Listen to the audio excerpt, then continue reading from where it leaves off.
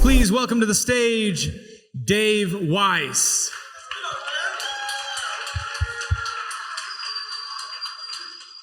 Thank you. Hey, everybody. All right, so we're going to go over some stuff that you know, maybe some new stuff. Nothing's going to be too complicated. There will be 2 or 3 slides that you're going to have to focus and actually use your God-given common sense in your brain to follow the math. Not hard math, easy math. There we go. There we go. So the theme here is how to wake up your brainwashed friends. The questions that they always ask, and some simple answers. One of the things I like talking about is the analemma. Most people don't even know what it is. And you can see that this analemma was shot in the north because the smaller circle is at the top, right? If you look at the flat Earth model, when the sun is over the Tropic of Cancer, it makes a smaller circle, and it makes a bigger circle over the Tropic of Capricorn. So if we look, here's the sun going over the Tropic of Capricorn, and that's in December, and then in June, it moves into the Tropic of Cancer. Now, the Globers always say, well, the sun has to speed up, because it's making a bigger circle in the same 24 hours. So it does, and we're going to go over that. So all the old globes used to have the analemma on it. For some reason, they took it off. Don't know why. This guy took a picture of the sun every day for 3 years, and it made a perfect analemma. You can tell this was shot in the north, and if you look at the lowest point on the south, you got to figure, all right, that's the winter. That looks like about 4 o'clock in the afternoon, and it is. It's 4:40 in the afternoon. So you can kind of tell from any analemma where it was taken, what time of day it was taken. And the reason that they don't do it at noon afternoon. Now, this is an analemma. Shoot the ground and the sky at the same time. So that's why people do it in the afternoon. Now, this is an analemma. They miss some days. That's okay. You can still see the loops. And on 4 of the days, they shot it every 15 or 20 minutes or whatever, showing the progression during the day. So the line on the right is June. So in June, at about 4 o'clock in the afternoon, you got about 3, 4, or 5 hours of light still. And then if you look at the little one on the edge there, that would be the south. At 4 o'clock in the afternoon, the sun is gone in a half an hour. It's gone. Earth is a sphere, and they make empty claims. So that's another trick that Globers do. They'll just make an empty claim, completely wrong, but say it like it's true, and people just believe it, right? For example, IFL Science the other day said, flat earthers proved wrong by using a security camera in a garage, right? And so this is what they did. This guy did an analemma by using his garage cam, his Ring cam, and took a picture of the corner of his house every day for a year, and it made an analemma. How the heck does that prove the globe? That proves flat Earth. But they just say it, and Globers go, see, man, look, they don't even know their own models. So these are just empty claims that they make. Another one is Neil deGrasse Tyson. He said Eratosthenes, proved the shape of the Earth. And then when we proved him wrong, he goes, well, flat Earthers, it does work with 2 destinations. For a second, he'll explain it. With a sun that's big and far away, so that all the light comes in parallel, but only one well at a time is lit all the way to the bottom. Turns out with just 2 wells, there's enough wiggle room for both explanations to fit our observations. Eratosthenes only had 2 wells. But what if he had added a third? With a third well, it doesn't matter where the sun is. No flat Earth model can explain the angles of all 3 shadows. He just says that, and it actually shows exactly how it works. It's just a diagram, but it's showing that it does work, but he just says it. And by the way, Eratosthenes wasn't even using wells. He was using sticks, so the story just changes. And again, it's just another story. How does seasons work on flat Earth? A lot of people say that's the easiest one. It's one of my favorite things to talk about. If the sun was an 85-foot sphere, the Earth would be a basketball 2 miles away.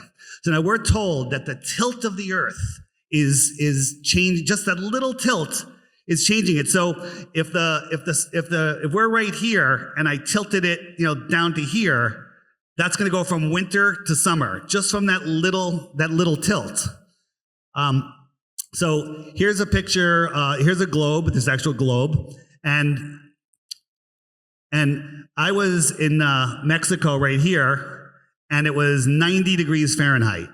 And in Connecticut at the same time, it was -10, 100-degree difference, right?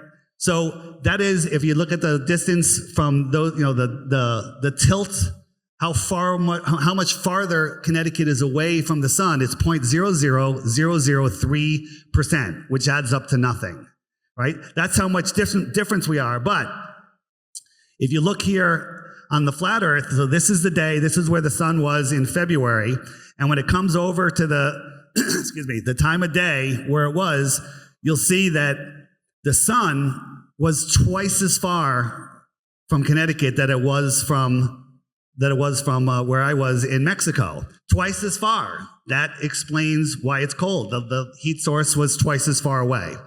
So there's a lot more to that. Prove there's a dome on your flat Earth. So this is where people say, could prove there's a dome, and I'm like, are you breathing air? Well, air needs to be contained. Air needs to be contained. But then they throw in gravity and atmospheric density, and then they say gravity. I say, which gravity? The Einsteinian or Newtonian? They don't even know. And and then they'll say, Newtonian gravity, Einsteinian gravity, the bending and warping of space-time. And I'm like, do you know what that is? Nobody knows what it is, because it isn't anything. It's the bending and warping of your mind. So here we have some balloons with just a little bit of air in them, and we put them in a shrink wrap, and we put it in a vacuum chamber. At the same time, over here on the right, we have the only time NASA put an astronaut in a vacuum chamber. And when you evacuate the air, the balloons just blow up, the astronaut almost dies, and they've never done it again. So you can't have air pressure without a container for the air to push off of. So this is a shot, especially from the International Fake Station, and these guys with their snowboarding suits on would really look like this if they were in a space vacuum. Actually, they wouldn't look that. They would explode. They would just explode. But that's the least. There's a video where the guy's sticking his arm in a vacuum chamber in a glove, and when they evacuated it, it came so stiff he couldn't move his arm at all. So, space is fake. And then when they say gravity holds it down, we have nitrogen gas, which is heavier than the air around it.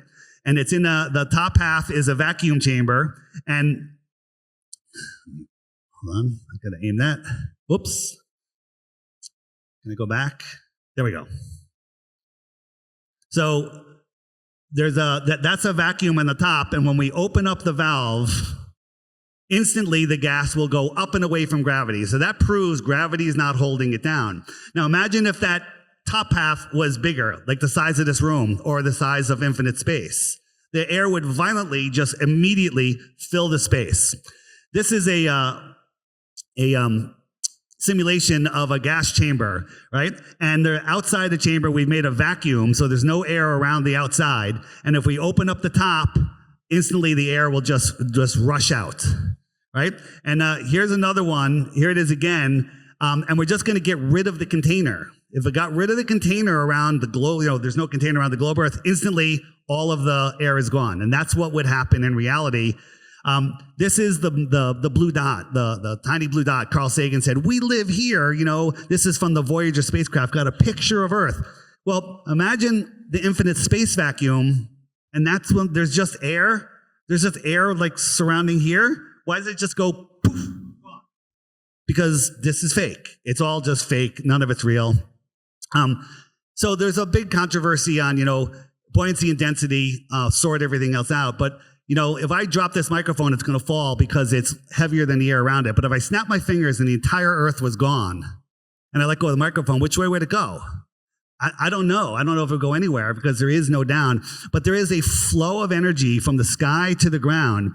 And this is called a Franklin bell. The red wire goes to a drone that has a long wire on it, and the yellow wire goes to the ground.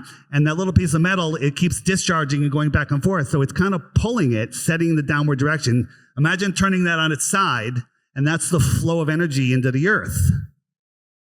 So, sometimes when lightning strikes, people and things near the lightning strike go flying in the air. Did it turn off gravity, or did it just change the polarity of the Earth for a split second and eject what was ever there?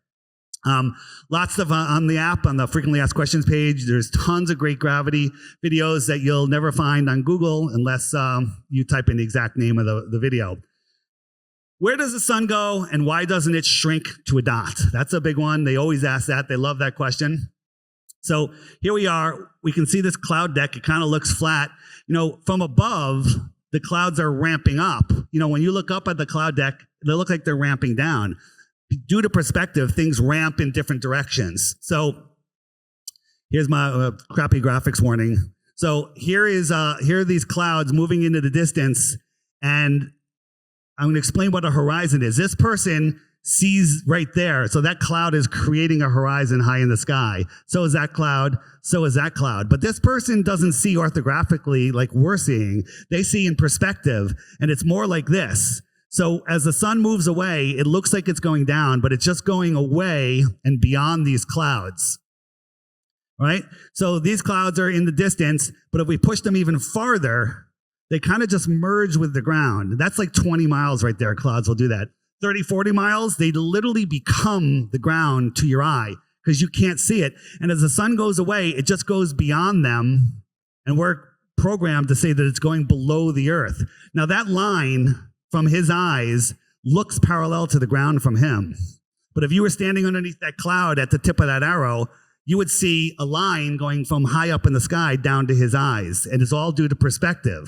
So as we move these clouds away, I'll move this cloud. You know, as the cloud goes away, it'll disappear from his point of view behind that cloud, and that's what it'll look like. And so right there where the arrow is on the bottom, that's the cloud 20 miles away. So at 20 miles away, it's the line to him is going to look parallel to the ground. Now, this rocket, let's say it's 180 miles away. It's taking off. He can't see it yet. He can't see it yet.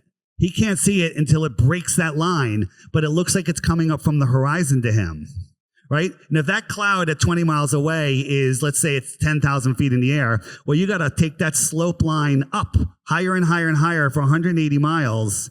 And how high is that? I haven't done the calculation, but it's super high, and he won't see it. So this is what he'll see. He'll see the rocket coming up from the horizon, just like that, and that's that's just perspective. Moving on.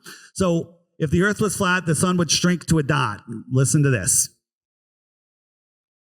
Okay, now check this out. Here we have two lighted balls representing the sun or moon. One of them is close and large, and the other is far and small due to perspective.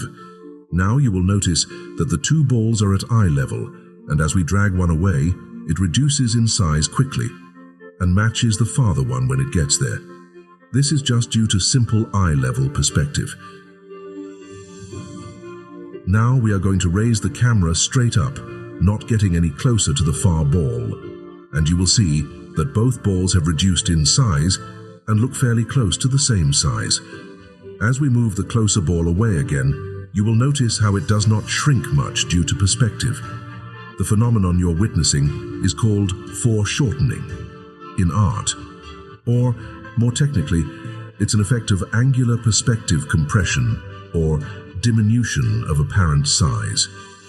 So the next time a globetard says, if the Earth was flat, the sun would shrink as it moves away, you can ask them if they know what foreshortening, or angular perspective compression is, and flat smack that smug know-it-all look right off their face.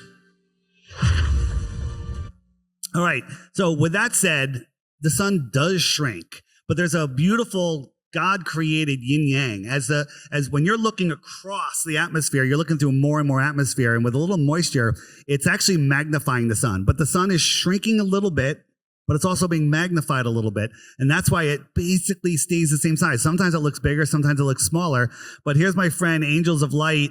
Here I have two different time lapses of the sun. Solar filter. I have zoomed in all the way in on the sun so you can see the sunspots. The sun is properly exposed. And 2 times I got a change in size. So, Globers, I don't know what you're going to say now, but yeah, the sun changes size. I'm sorry. And you know, it's not my fault. It's not my fault that the sun is local and it changes size. It really isn't. I mean, you can say refraction all you want, but First, your argument is it doesn't change size. Then we go out and prove it does change size. And now you're saying for fraction, well, that's an automatic win. You're conceding at that point that. So globers just constantly move the globe post every time you prove them wrong. So as things move away from the right side, they move to the left. From the left side, they move to the right. Bottom, they move up. Top, they move down. That's how we see. We see left to right and up and down. We don't really see things go into the distance. We just see them change size. That's how we know they're going into the distance. So here is a sunset. Is this a sunset? The sun's going down, right? And as it goes down, I'll move the camera a little bit. You'll see it kind of merge into the ground. Now, we've all seen sunsets like this where the sun is bleeding through the land, but in reality, this isn't land. Right? This is actually a light post, and I'm moving the camera sideways. Here we go. So this is what that was, just moving sideways. And the sun, look how it kind of wraps around. So that's all glare. The real sun is just a little tiny circle in the middle, and that's all glare around the outside. It almost makes that post look transparent. So again, I'm showing you that something moving to the side looks exactly like it would if it was moving down. And it's something that looks like it's moving down. It's actually just moving away. Just moving away. And perspective will show you that.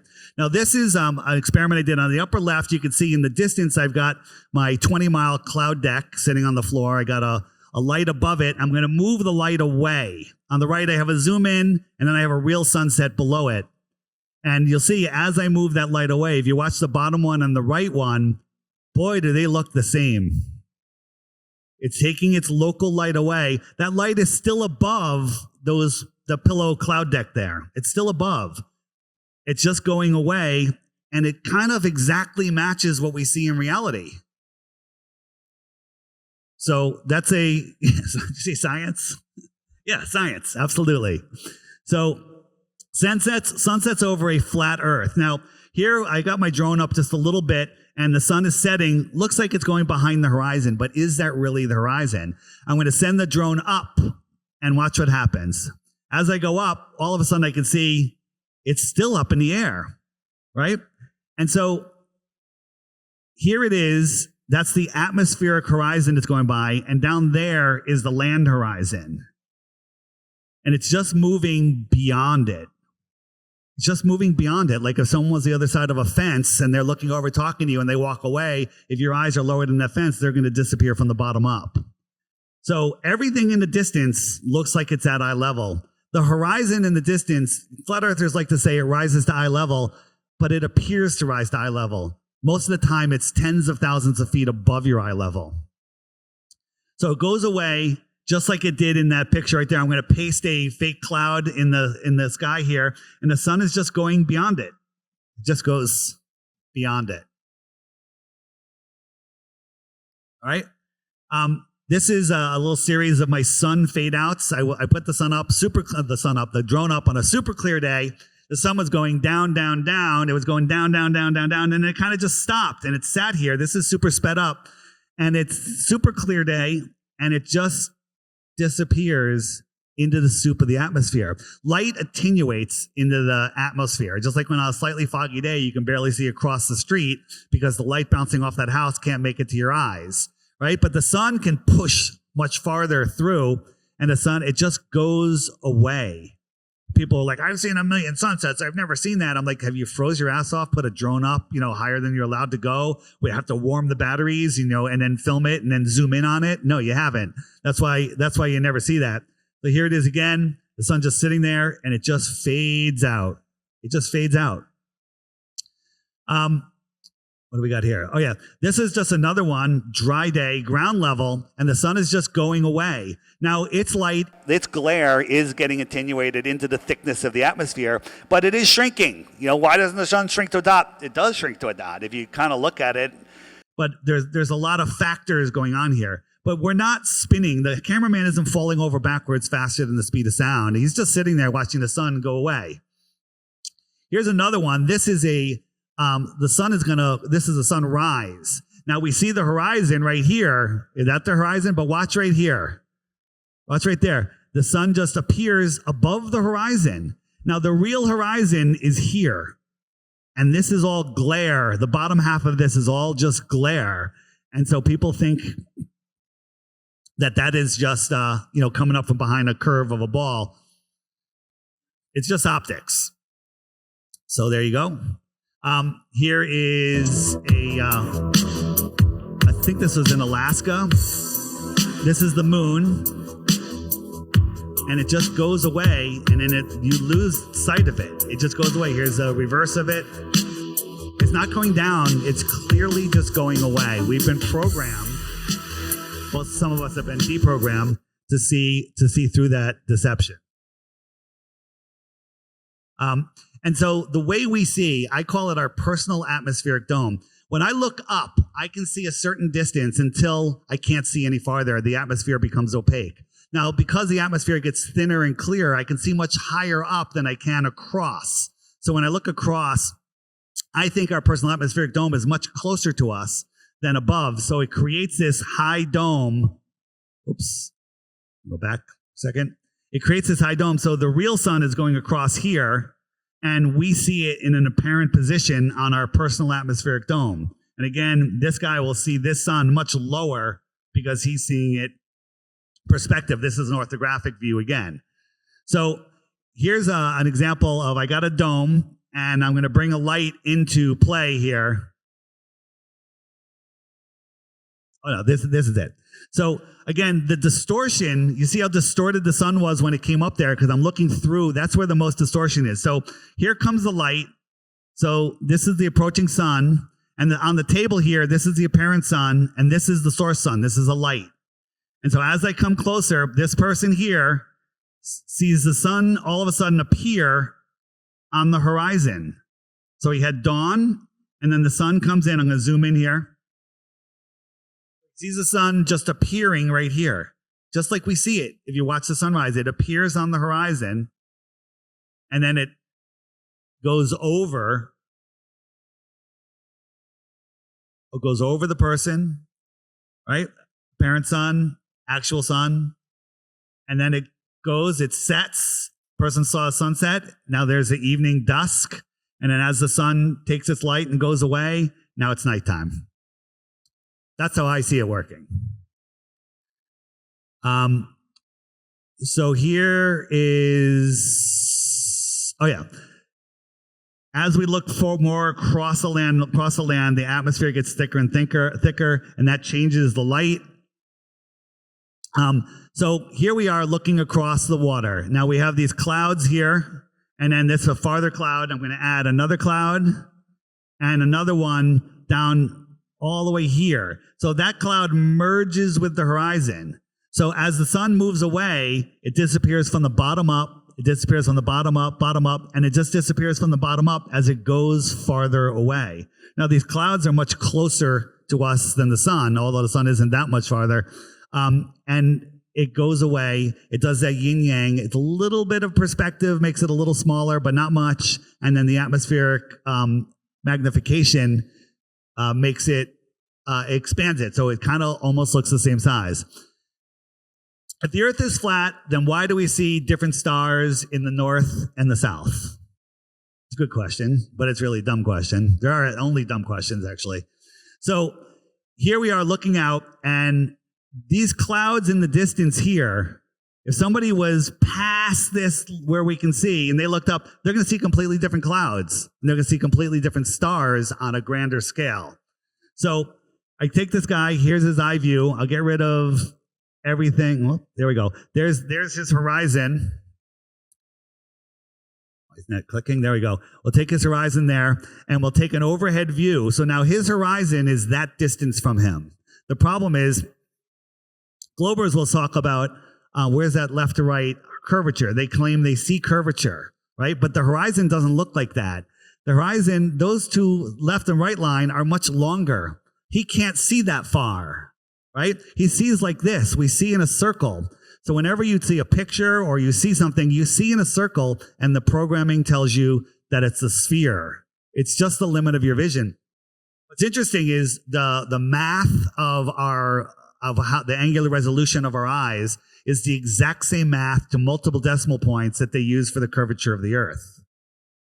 So that's a coincidence, huh?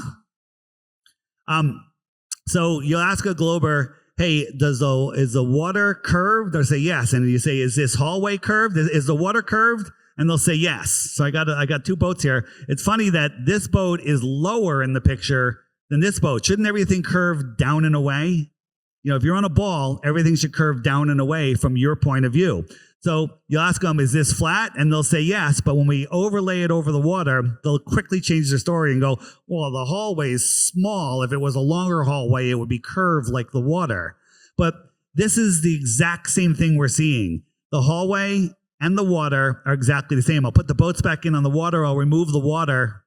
And they're just sitting on the floor of the hallway, showing that we're seeing the exact same perspective. Exact same perspective. Then I just randomly got a time-lapse sunset, and I just said, what would I look like if I laid it over? And it follows the exact line, the exact perspective. Is the sun going down? Are we spinning over backwards? Or is that sun just following, going away, and it looks like it's going down due to perspective? It's just going away, following the same line, and then it goes into and beyond the horizon. It's a combination of things. The light attenuates, the sun gets smaller, it goes beyond an opaque atmosphere. There's all different things combined that create these sunsets. So we all know that these streetlights are at the same height. Now, you can't see the streetlights at the very end of the street, right? If you went twice that distance, you wouldn't see any of the same streetlights, right? And if we look at the sun on the bottom, you can see that it's going beyond this atmospheric deck of opacity right here. It just goes beyond it. So if I put a truck here, we know that the truck isn't as high as the lights, but it's hiding half of those lights. And if I move the truck down the street farther and farther and farther, oops, I went a little too far. It looks bigger than on my computer screen. So if I push that, you can still see it's blocking the lights in the distance. Well, think of the truck as the clouds or the atmosphere becoming opaque. It merges with the horizon. You can't see it. It looks like the horizon, and the sun just goes beyond it. You think it's the horizon. It is the horizon, but you don't know what the horizon is if you think it's Earth curve, because it's not Earth curve, provably so. Everybody needs a little Jesus. So on the flat Earth, we have the everything in the distance ramps up. It doesn't go down and away, down and away.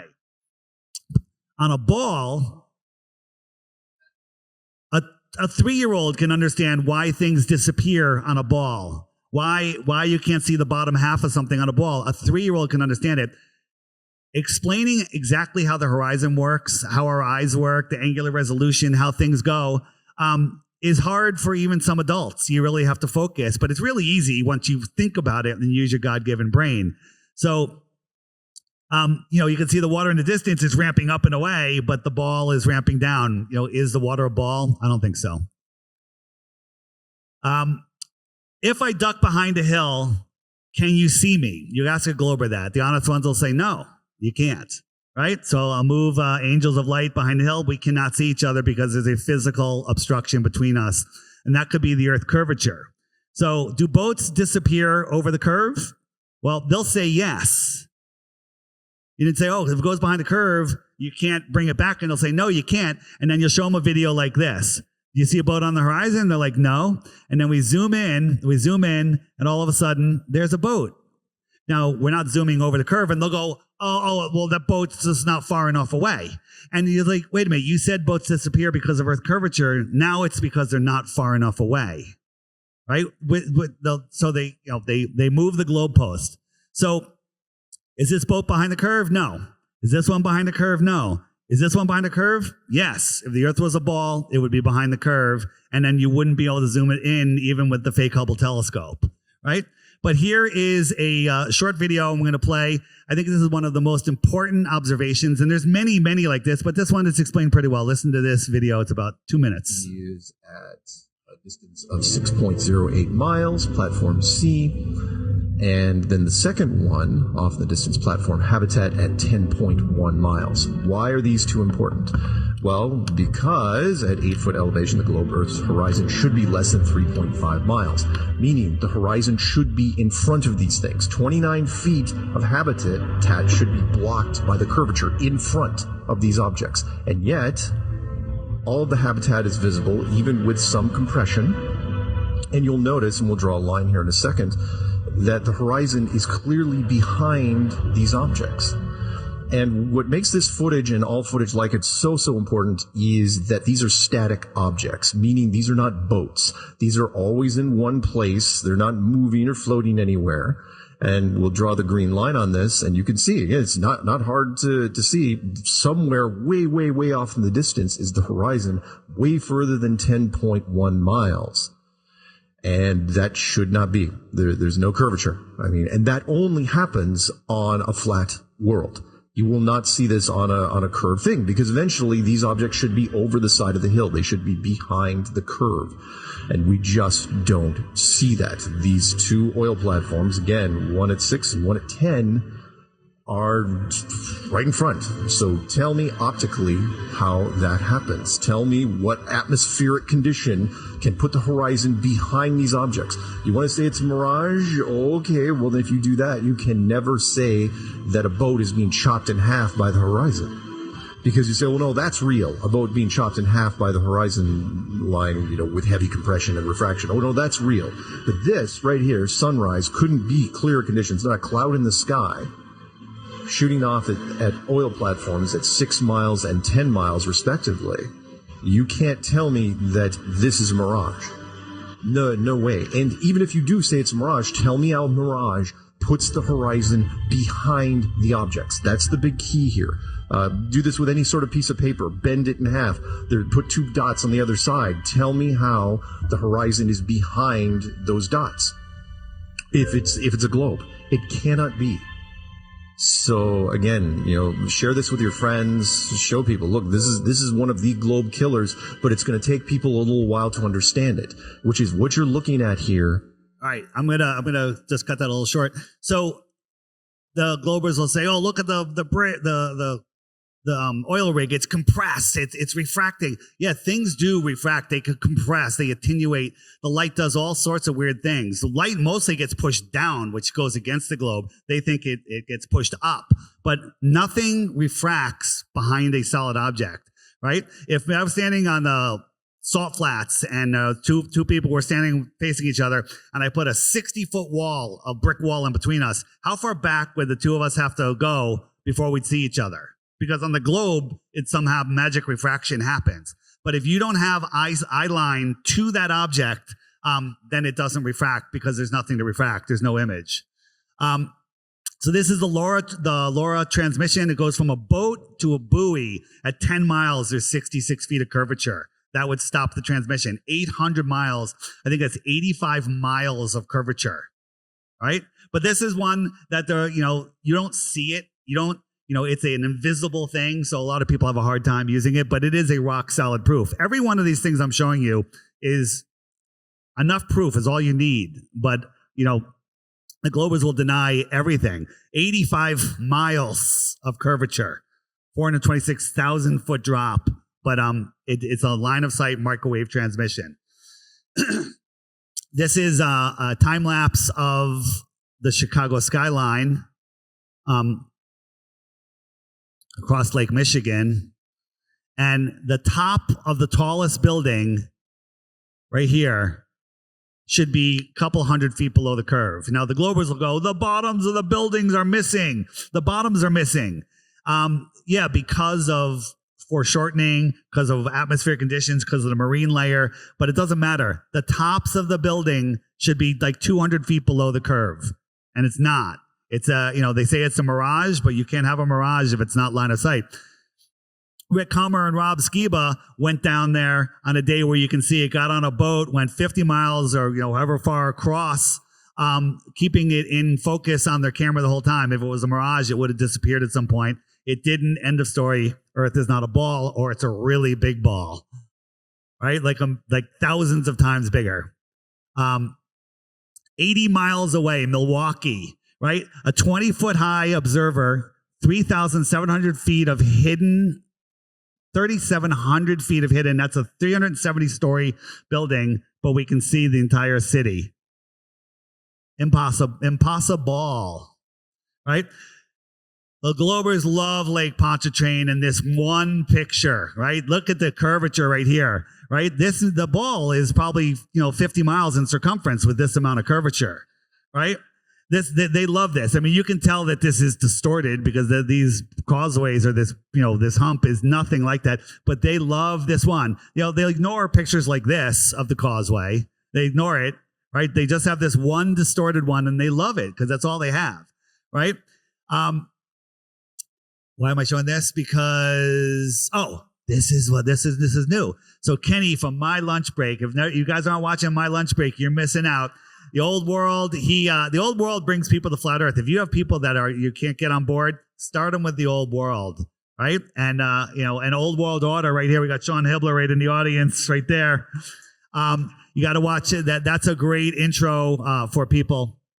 So Kenny got the 1954 and 1968 blueprints for Lake Pontchartrain, and it's 23.8 miles. And going through the entire set of blueprints, there's nothing about curvature, nothing. But he got a third document with it, right? So these are the originals, no mention of curvature. But then he got this one other document that was dated 2017, and it talks about the curvature in between the segments, and if you have shorter segments, there's less curvature. That's the only thing that talks about it. Isn't that kind of weird that they added that in 2017? That is just admission of guilt right there. That's panicking. They're losing control. People are waking up. Everybody here and everyone else you got know is going to wake up, and it's going to be a problem for them. What about eclipses? Right? If you actually look into eclipses, they disprove the globe. I don't say they prove flat Earth. They disprove the globe completely. This was Angels of Light again. He had a infrared camera and a full spectrum camera. This is just a snapshot, but if you watch his video, the infrared camera didn't show any eclipse. He just saw there was no shadow. It just saw right through it. So I don't know that infrared can see through shadows. And then this is a new one. If you haven't seen this is fantastic. Eclipses happen in different places in the world. Sometimes they happen in the north, sometimes they happen in the south. These are two eclipses, one in the north and one in the south. And did you know that if you search what are the top 20 world record longest eclipses, every single one of them is in the north. This is why. Did you know that all of the longest solar eclipses all occurred north of the equator? Now, isn't that a curious fact? Let's take a look at what is the cause of that. On a flat Earth with a circling sun, the sun would have to travel faster when in the southern hemisphere to cover more distance every 24 hours to complete its full circle. Now let's take a look at two solar eclipses happening, one with the sun in the north and the other in the south. Notice the northern eclipse starts first. As the eclipses continue, you will see the southern eclipse ends before the northern one. All of the longest solar eclipses happen in the north because the Earth is flat. No explanation on a globe for that, right? It makes perfect sense on a flat Earth. So they also say is only the Earth can, a ball can create a shadow. First, you can't cast a shadow far away. Go out at noon on a sunny day, put a basketball on the ground. You see a perfect dark shadow around it. Lift it over your head. You can't even see the shadow anymore. It just dissipates, right? But when you use a ball to cast a shadow on under the ball, it comes out. It starts as an ellipse, and then it becomes a straight line, and then it leaves as an ellipse. So here we have a ball casting a shadow onto another ball, and it creates a straight line. That's not what we see. We see a curved line all the time. And if we do it on a flat disk, it makes a curved line. Right? And I'm not saying that the moon's a flat disk, but they do call it the lunar disk. And I'm not saying that the Earth, the ball, is casting a shadow or even a straight edge of our Earth. I'm just saying the lunar eclipse doesn't make any sense in the heliocentric model. So that's what we see. And you compare it to, a flat disk, it more matches the other. So again, not proving flat Earth, disproving the globe. This is one of my favorites, and if you've seen it, great. If you haven't, you gotta see this. So right here we have this eclipse. Now this is the eclipse sun. It's just so bright it's blowing out the lens, but it's about 95% eclipsed here. And then this is a lens flare. So let's play it. The lens flare moves around with the camera, but the other one is locked to the sun. It's not moving. And everyone's trying to figure out what it is. So let's see, we're going here. All right. So this is, I made a model eclipse. This is the actual eclipse on the right, model eclipse on the left. What I'm doing is I'm projecting a light onto the back of a paper towel, and I'm eclipsing it with a Snapple bottle cap. Right? The Snapple bottle cap is the eclipsing body, and you can't see it. You can't see it because it's behind the paper towel. You just see missing sun. When you see a solar eclipse, you don't see anything eclipsing it. You see missing sun. So here it is, and here it is exiting, and you don't see it. So I actually made the sky more transparent with tissue paper. I do the same thing. Here comes the eclipse. This is the source. This is the projection that we see. And when we compare it to the real eclipse, it's the same thing. This and this, exactly the same. So my theory, best one yet, no one's disproved it, is that whatever it is eclipsing the sun, and maybe the moon, and maybe something else, is behind the sun that we see. I think the sun that we see is an apparent sun on the dome or within the dome, and it's being blocked from behind. That's why we can never see what's eclipsing it. And only during an eclipse or when there's certain smoky conditions can you see the second sun or the source sun or the spirit sun, right? That's because it's so bright, the sun is so bright, you just can't see it. But on certain conditions, you can, like during an eclipse. So I was experimenting with looking up through a dome, and I found this very interesting. I got one of those lit balls, and I'm moving it around, and there was this weird dark spot in the middle, right? And so if this was the moon and I bring it in, all of a sudden, when it gets almost to a full eclipse, that's when the red light comes in. And so this would be the red light. And then as it passes over, you have that time of red light, all of a sudden it goes away and then the moon comes back. It's the same pattern that we see during a blood moon eclipse. So that was just playing around with that. Needs a lot more. But again, it's lining up with what we see. Tons on eclipses right here in the frequently asked questions. You won't find those videos unless you know where to find them. Southern star rotation, that's their favorite. Globers love looking at the sky and, to prove the flat earth. I go, what's your best proof? And they name something in the sky. I go, I'm not a sky earther. I'm a flat earther, right?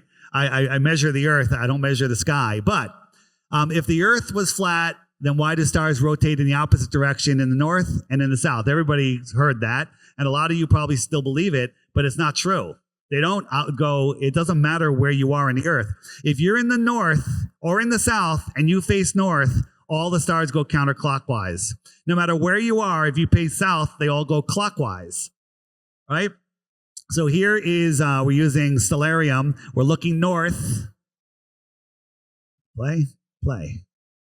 We're looking north, and let's make it dark. And so we're looking north. And we look, and the stars are going counterclockwise. Right? Remember, north, you're looking north. No matter where you are, go to stellarium, put yourself in Australia, South America, Canada. Look north, they're going counterclockwise. Turn around to south. Here's south. And we turn it back on again, and we see the stars going, can you guess? Clockwise. Here they go clockwise. So it's not true. They just say it like it's true, but it's not true.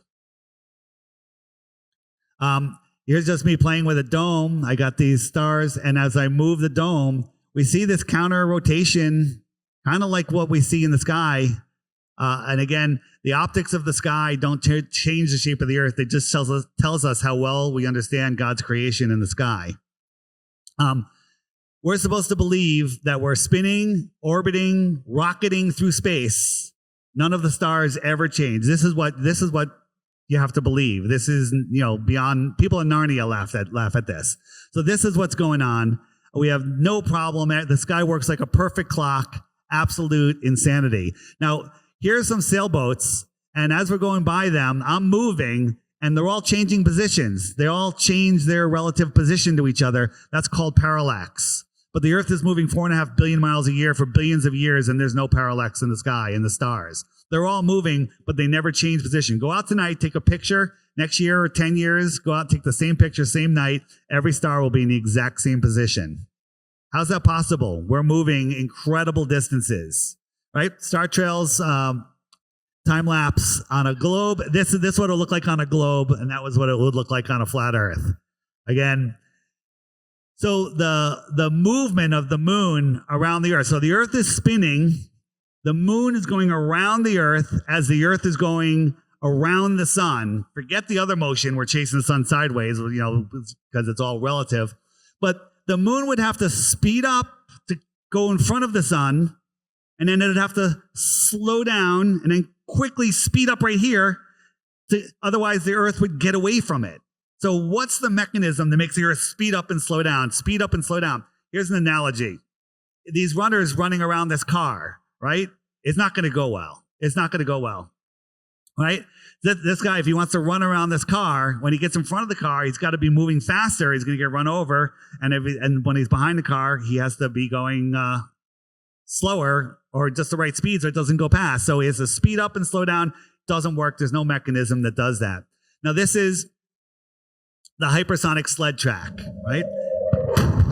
That is fast. Now, you can't fathom that speed, right? That's Mach 8.6. You can't fathom speed. And if I said, can you fathom twice that speed? No, you can't. Well, the Earth is orbiting the sun, the lumpy rock, surrounded by water, surrounded by air, uncontained, in a space vacuum, impossible, is going 10 times faster than this around the sun. And it's also chasing the sun 100 times faster than that. 100 times faster than that. But we never see, any sign of those motions, those energies. People are like, well, it's all going one speed. No, it's curving. If you're going 1,000 miles an hour or 60,000 miles an hour and you turn, you feel that. That's known as acceleration. But we can do stuff like this, right? The Earth is doing this and we don't feel any of that. I'm calling BS, right? So the three-body problem, we have more than the three-body problem. Computers can't figure out what three bodies are going to do. These are four bodies, equally spaced, couldn't be any more organized, same amount of gravity, and a computer is going to just take them, and their gravities are affecting each other, and in a short period of time, they go into what I call chaos mode, and they just start doing their own thing, and no computer can figure out what they're going to do next. We have countless bodies in our solar system and our galaxy, but the sky is a perfect clock. And it doesn't do this. We can, a planetary alignment should kill us all, but it doesn't because it's all nonsense. How about the sun rising in the southeast and setting in the southwest? Now, this is a more complicated visual thing. Steve Faulkner from Spacebusters has done some great work on this, and you can find it in the Southern Stars and Moon rotation section on the app. I recommend, I put a 10-minute clip in there that'll really explain it. We don't have time to go over it, but it makes perfect sense once you understand how we see what west is, the difference between south and north and east and west. There's big differences, and it's how we see the world. One of the theories I have, and a lot of people kind of agree with this, is that there are just northern stars, and the northern stars are reflected into the south. Now, this is just a theory, right? So I've got my northern stars here, and as I spin, they spin in the opposite direction, still east to west, in the south. And no matter where I go around, I'm going to see that same rotation of stars in the south in an infinite number of locations. So there's infinite South Pole stars, or South Pole location. And that is just a theory. Again, we don't know how the sky works. It's a more of a non-physical, metaphysical God's realm that is above us. Now, this is the Prague clock. Let's listen to what he has to say about it. It's a great short This video. is the last Tartarian clock that still works to this day. It is 100% evidence that our ancestors knew the Earth was flat and stationary. Now, I want you to watch till the end because this is going to blow your mind. This is the Prague astronomical clock, and it is perfectly synchronized with true astrology from our flat stationary Earth, just like all of our ancestors told us. Now, what? This clock perfectly tracks sidereal time, solar time, moon phases, the position of celestial bodies, and even zodiac signs, all in perfect synchronization, all without any electricity or satellite calibration. Now, the clock's design encodes a geocentric model, placing the Earth at the center with celestial bodies moving around it in perfect, predictable cycles. So how would this clock perfectly predict, to this day, perfect planetary alignments, eclipses, and even zodiac transits? The Earth was spinning at 1,000 miles per hour, orbiting the sun at 66,000 miles per hour, hurtling through space at millions of miles per hour. It would be impossible to predict these things. All of our ancestors told us that the stars are what move above us and that we are stationary.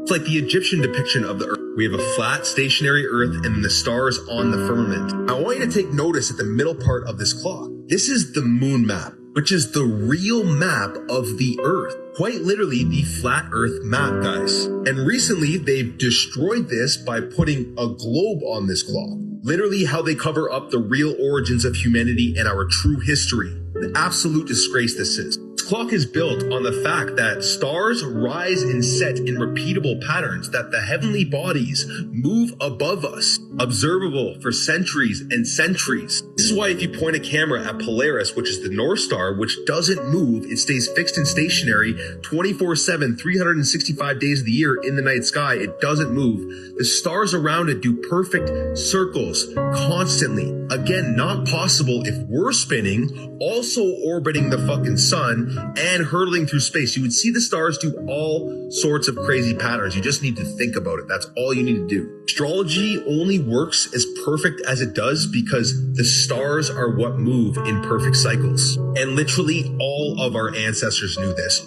All of them. You guys believe NASA, which in Hebrew means to deceive. Like, it's insane. So brainwashed. These astronomers had no computers, yet they predict eclipses, planetary returns, solstices, and even retrogrades with shocking accuracy that still works to this day. This has been running for over 600 years, and probably more than that. Do not build a cosmic machine like this unless you know the divine order of this universe. This clock is a witness of truth, standing for centuries in a quiet defiance of the heliocentric lie. And the stars tell the exact same story every single night. If we were moving, the story would change, but it never does. You need to look within for the real answers. Peace and love. So the fact that they changed that clock, I mean, when you want to change your mailbox in Prague, you have to get like 17 permits through the committees of historical preservation, but they changed the clock, no problem.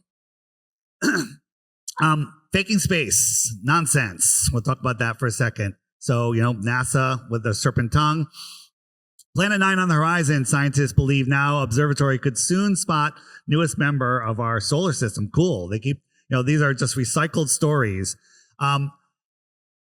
They could see this black hole more than 1 billion light years away. 1 billion light years. A light year is incomprehensible, and 1 billion of them is ridiculous.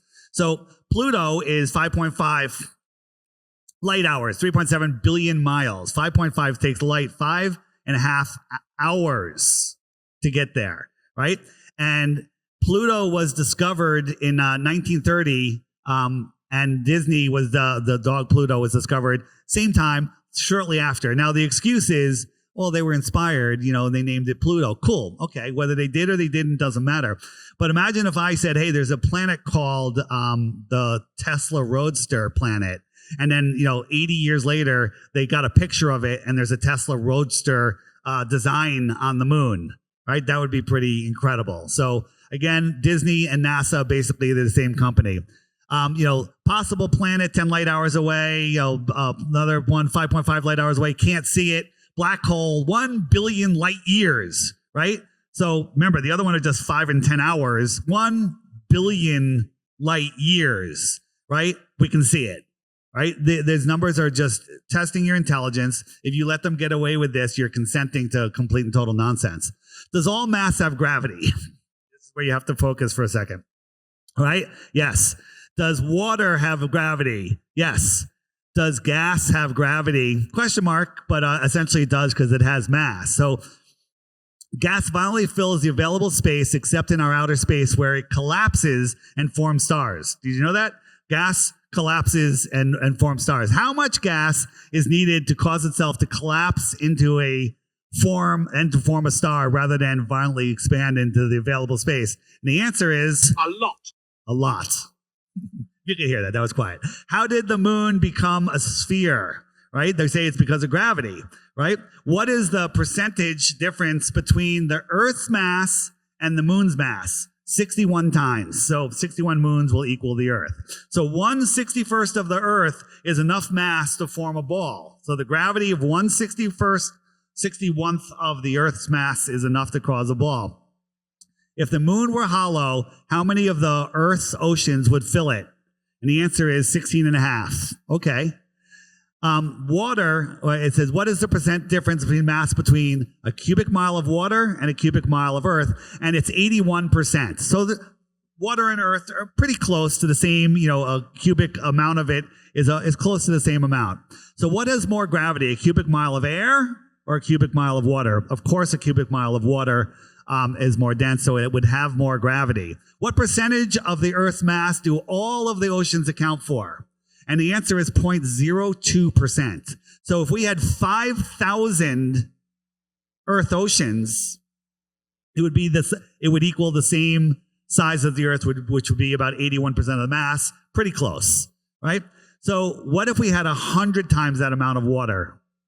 100 times, way bigger than the Earth. What about 1,000 times? What about 1,000,000, 1,000,000,000, 1,000,000,000,000? Right? If we had 1,000,000,000,000 times the amount of water, would it form a ball? It certainly would have enough gravity. It would be required to. Would it have enough gravity, become a sphere in the moon, like the moon and stars? Yes, trillions of times over. And then NASA puts this out.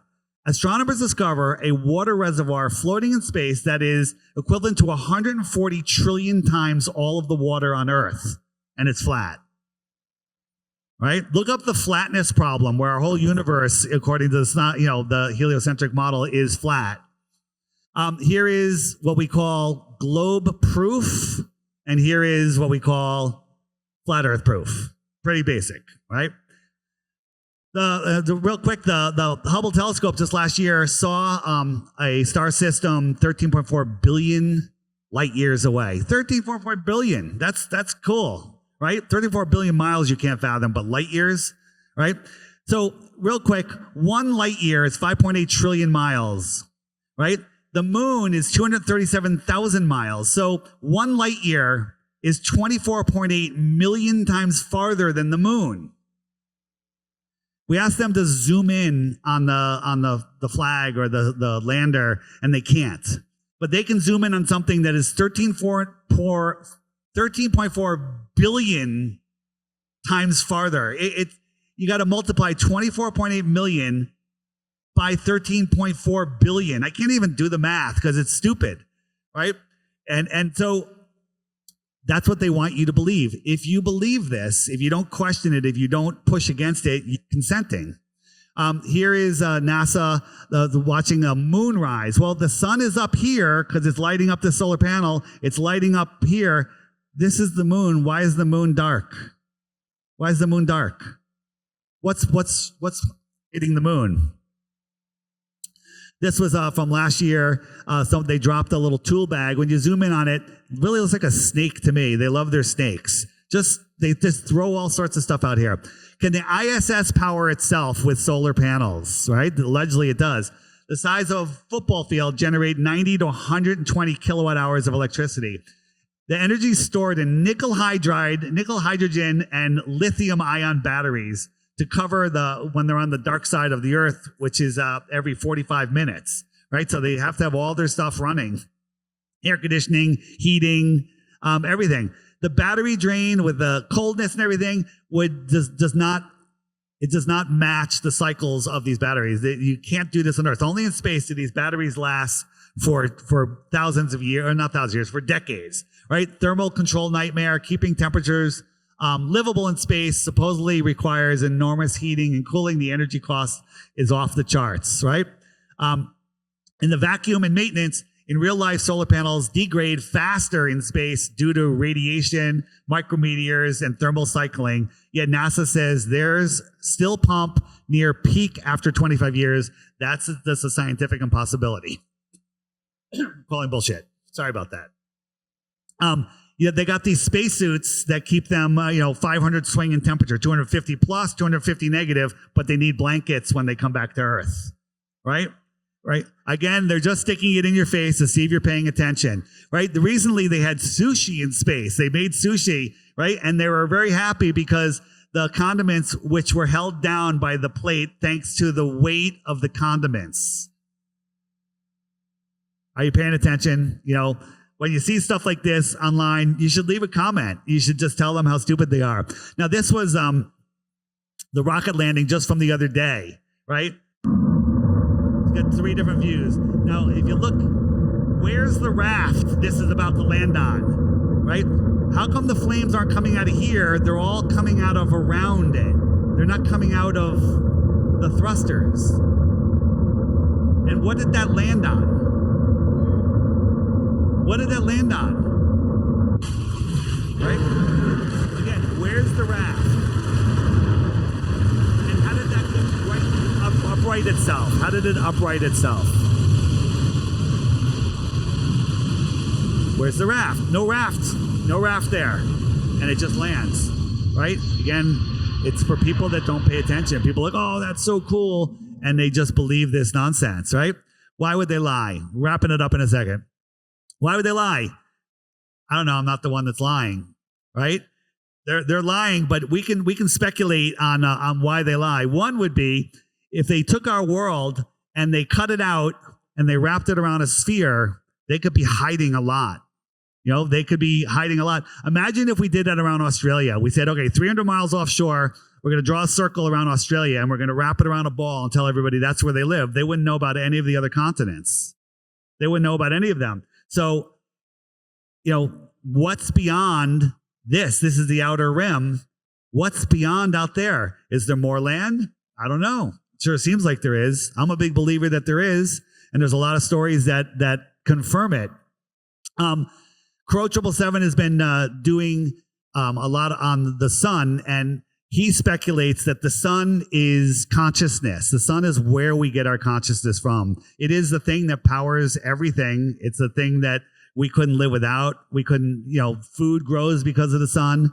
And if you watch some of his videos, this is like a low res one, but his videos, you look at this thing, you can tell it's alive. Whatever it is a creation that has a lot to do with us, right?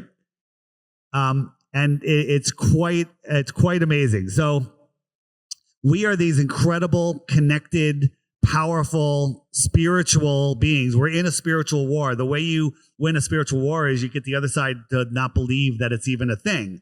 So how do you disconnect people from their infinite greatness, right? You slowly, or hit that play. You cap them off, you tell them that there's nothing more, and you put a globe over their head and it literally cuts them off. A globe is a place of fear, lack, and it limits you so you don't know what else there is. So it's a prison for your mind. So if you believe in a globe, you believe that there's really nothing more than what's here. So it's a prison for your mind, and that's it.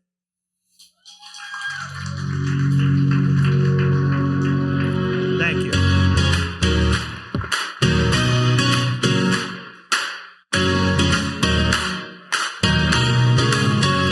Do you feel the ground moving beneath your feet?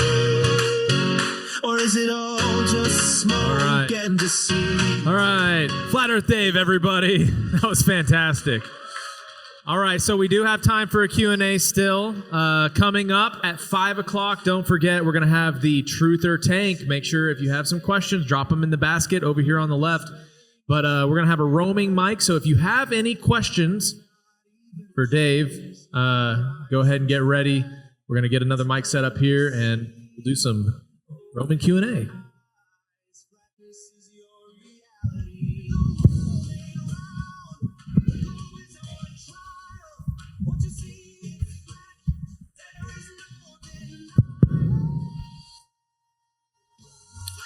Probably don't have any questions. I pretty much covered everything, right?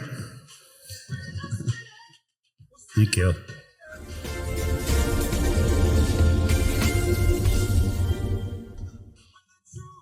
All right, I got a quick question for you. So in the flat Earth or dome Earth model, there will be some perimeters to where flight paths aren't possible. So I'm wondering, what airplane flight would I not be able to take that would further prove the point? So I don't know if there's a dome, right? There's something containing us. It could just be waters above. I don't know. And, if there is a dome, and that does connect, if there is something outer boundary that does connect, what if it connected 10 million miles past 60 degrees south? That would leave a lot of extra space. So we don't know. It's interesting that flights going into Antarctica fly below 10,000 feet, and flights at the same latitude in the north are up over 30,000 feet. That's interesting. But again, I don't have firsthand information on all of that. So it's interesting that no one has ever circumnavigated the Earth south. It just lies and nonsense. They've circled east and west, billions and billions of times, which works on a flat Earth. There's lots of different things that we can do to test this. Ships captains talk about when they're dead reckoning east and west in the south, that they have to keep turning to the north to maintain that compass heading. But on a globe, they would have to turn to the south to maintain that compass heading, if you understand. So again, all the little pieces of evidence are a preponderance of evidence that, all point towards flat Earth. So I shouldn't be able to take a flight from like the north of Canada and then go north to get to the south of South America. Well, you can. You can go north and then end up going south. Okay. But you can't go south and end up going north. So if you look at a globe, you got the equator on the middle, you got the north on the top, the south on the bottom. If you take any two airports in the north, the airplane would never need to go below the equator. Would you agree? To get to the other location. And none of them ever do. But in the south, they do. It only makes sense on a flat Earth. It makes no sense on a globe Earth. Thanks.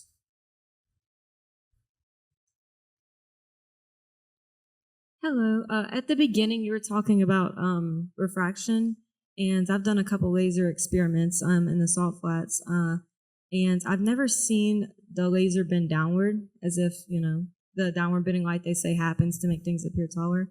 I've only seen the laser bend upward. I was going to ask if you've ever come into contact with that, and then ask a follow-up question. So, if I heard that correctly, the one that the Globers always point to, there's a video of a laser going through a tank with sugar water in it, and a laser, it goes downwards. But I'm not saying, maybe it does go up. I don't know why it doesn't go sideways. Why don't, when you walk around a corner in a city, you refract out and look like you're still on the same street? I mean, there's none of this makes any sense. But it doesn't go any direction if you don't have line of sight to something. There's no refraction. There's no wind bending, no warping. There's no mirages. There's nothing. If something is physically blocked, you don't see it ever. That is true.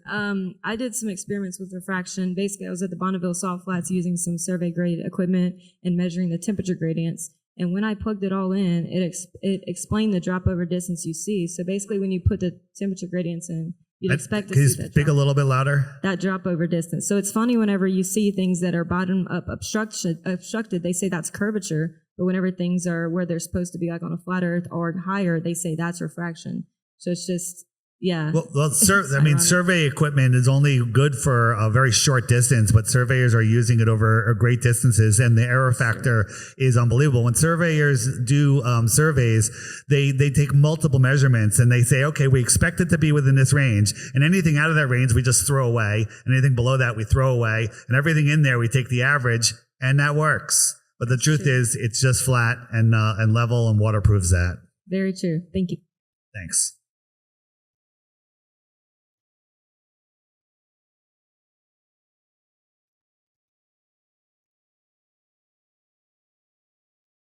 have you seen the, I can't remember his name, but a guy using trigonometry.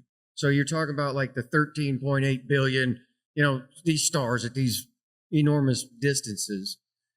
And he worked out that like if you took two surveyors, and I think he went out like if you theoretically went out like 3,000 or 5,000 miles out, you would have to put those two surveyors like 6 feet apart. So with a triangle, you can find any distance if you know two of them. You'll go off the sign. You know what I'm saying? So if you converted that to real life, you would have to put someone on like the right side of the earth. Like if the sun is here, when the earth is on this side of the sun, you'd have to be on the right side of the earth. Then you would have to wait for the 6 months for the earth to be over here and be on the left side of the earth and shoot those out and then get this. That would be equal to, if we did it on the ground, it'd be 6 feet apart to thousands, if you don't remember the exact number. But the problem with that, I can't do it with this mic, but the tighter the base of that triangle gets, the harder and harder and harder, and then ultimately virtually impossible to get the distance. And if you're looking, so to try to clarify, this distance here if we were out in the street or the salt flats and we could go out far enough, would equate to a 6 month difference in the Earth's position, and you'd have to be on the far side of the Earth. That would equal about 6 feet going out 13.8 billion miles. That's what that would be. That's an impossible triangle to measure. So the question is, well, how would you know it's 13.8 billion? It's impossible to measure. You can't even guess. I mean, you could, I guess. We don't need to measure those distances. There's 66 feet of curvature in 10 miles. I can sit on the shoreline of a 10-mile lake and see the beach on the other side. Game over. There's no curvature. The Earth is not a ball. Right, but I'm talking, you're looking at space. You're looking at Are we looking at space? What is space? Well, I'm saying theoretically, if they're saying we're on a ball and there's space, and they look out and they see a star and they tell you it's 13.8 billion miles away, that's impossible to get that number. So where do they come up with that number? You cannot measure that distance sitting on this ball. Right. They pull them out of their backside. That's where they get them. Okay, well, that was my answer too, but...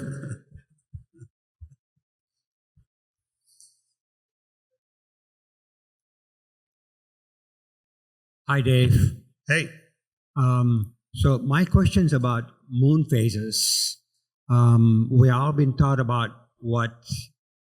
how the moon phases work in a heliocentric model, right?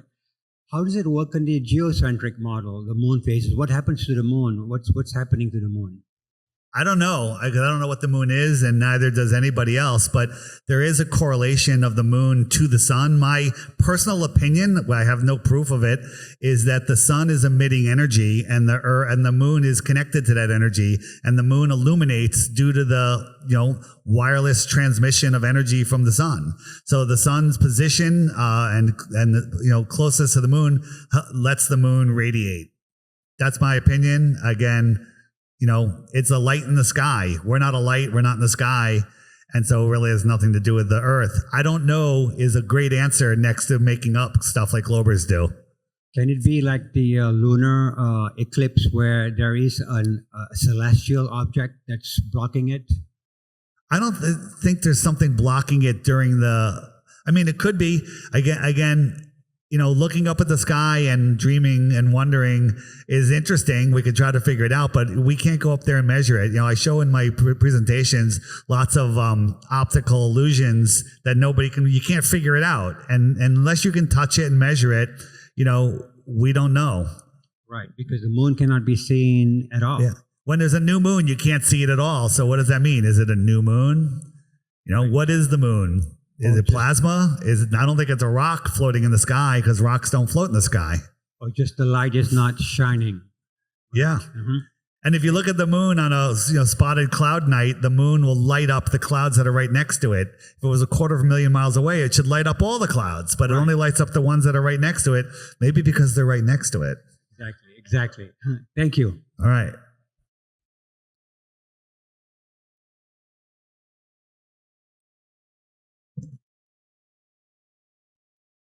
Hi, Dave. Can you explain what they're doing with all the rockets in Florida and all that stuff? Yeah. But they're brainwashing the world to believe they live on a ball. I mean, they might be doing other stuff in the sky. They might be trying to, explore up there. But I think that a lot of them are just CGI. A lot of them are projections, in my opinion. A lot of, the ones that you see during the day that go up with the big smoke trails, I believe those are helium balloons. On the app, in the more resources section, there's a thing called rocket balloons. Check out those videos, and it's pretty clear. But they do different types of things.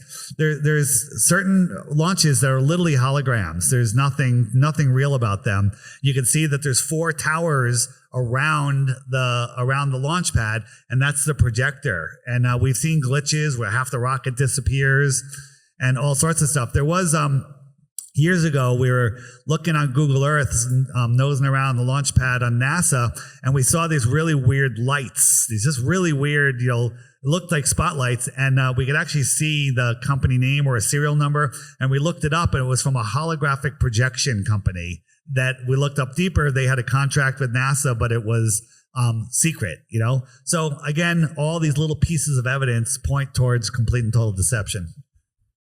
Dave, could you give us 2 or 3 or 4 of the best arguments the globalists have? They don't have any. Well, that they claim to have. Well, they love pointing up at the sky. And so, here's the thing. The Globers come on to these live chats we do. I do a lot on TikTok. And they come on and they go, explain this, explain that, on a flat earth, and we're like, no, you're on our live. Give us your best globe proof. They've got nothing except boats disappear over the horizon, sunsets over the ocean. And the sunset section on the app, on the FAQ page, just watch those videos. It's totally clear how the sun will set. I'm here. You guys can see me over here. If I had enough room, I could walk that way and I would disappear below this. I would disappear below this. As I go away, you're going to see less and less of me. And that's exactly how we see the horizon. The horizon 30, 40, 50 miles away is 20,000 feet over your head, and things just go beyond it. But it looks like it's at eye level to you. That's how they tricked us. The way our eyes work, they called it Earth curvature. Hey, Dave. Hey. Thanks for coming. Thanks. What's the name of your screensaver? My screensaver? Yeah, do you have one? Isn't that Flat Earth? Oh, the clock. The it's not a screensaver. It's an app. It's called the Flat Earth Clock app, and you can find it at flatearthdave.com. It's for Android and Apple, and it's got tons of resources on it. It's got the flashcards. When people say there's no flat Earth proof, open up the flashcards, and every day text them 1 flashcard. It's right because it's a meme and they have to read it. Like if you send them a long email, they're not going to read it. You send them a video, they're not going to watch it. But you send them a flashcard that they can read with one eye in 3 seconds. They have to read it. And you send them one every day until they either block you or become a flat earther. What did you say that website was again? It's called the Flat Earth Sun, Moon, and Zodiac Clock app, but you don't have to remember that. You can just go to flatearthdave.com. There's a giant banner. There's the app. Get it. And it's awesome. And that way you also support me, but you're supporting yourself because you're getting tons and tons of information. All right. Final question. Go. If we picture the Earth as a flat pizza, I picture the firmament as a large salad bowl over that, and the firmament rotates over a stationary Earth with the constellations embedded in the salad bowl. What do you think? The constellations are fixed in their position in the sky. The sky does rotate. How that all works is beyond anything that I understand. I haven't touched it. I haven't seen it. I haven't measured it. And, it says God created the firmament. Well, you look up the definition of firmament. It means there's something. But again, We don't need to look up at the sky to prove that the Earth is flat. We don't need to look up at the sky to prove that the Earth is stationary. Globers say, well, the Earth is moving. I can tell it's moving because I see the sun and the moon. They move across the sky. Oh, so you see the sun and the moon move across the sky, but it's not moving. We're spinning, right? But you can't feel the spin, right? Their arguments are so dumb that it drives me nuts sometimes. But again, make them prove the globe, and then as they try to prove it, show them that they don't even know their own model. What's the radius? What's the circumference? How far is it from the sun? How did they figure that out? And they don't know any of those answers, and they're like, but you're here defending the globe and you don't even know your own model. Because if they knew their own model, they'd be flat earthers. Last question over there. Oh, right there. The app is the best app in the world. Everybody needs to have Thank you. app. Thank you. Also, John Levi and some people. John Levy, yeah. They spoke about maybe a third object in the sky, like a black sun type thing. I was just wondering. Very well might be. That. That's it. But there's one more back there. One more. And then we're going to do a panel too. So if you didn't get your question, you can come up to the panel too and give you another opportunity. When are we doing the panel? 5 minutes. So we're going to have a bunch of us up here, including Sean Hibbler. If you guys haven't seen the Level series, the next level and Level with me, and Old World Order and other great films. He just came up with a movie. There's flyers in the back called Climate Trails. If you go to climatetrails.com, it's now on Amazon Prime. You could watch it there. You have to watch it. If you know about chemtrails, you don't know about everything in his movie, because I've been screaming about chemtrails since early 90s. And I thought I knew everything, but that film showed me a few things I didn't know. It's game over. It's game over. And you have to share it with other people that have no idea. climatetrails.com. What's your take on like meteors strike? Meteors? Yeah. So no one's ever seen a meteor hit the ground. All of they could say meteor craters, they're all perfect circles. Well, every meteor that we've seen on Russian dashboard cams are coming at angles like this, right? That would leave a long gash. It wouldn't leave a perfect circle. Look up methane craters and geysers. They look exactly like the same thing. So I think those meteor craters are just gas bubbles coming up from the earth and creating these craters. And the earth was a lot more, liquefied over time. So that's it. There's also another theory. There's 200 major craters, and they say that 200 angels fell from the sky. I don't know. I've never seen a meteor come in, create a crater like that. It doesn't make any sense. They all come in at angles, and I think that those aren't even meteors. I think those are fireworks shot out of airplanes just to make you think that there's meteors coming in. Okay. All right. Thank you. Give it up for Dave Weiss, everybody. Thank you very much.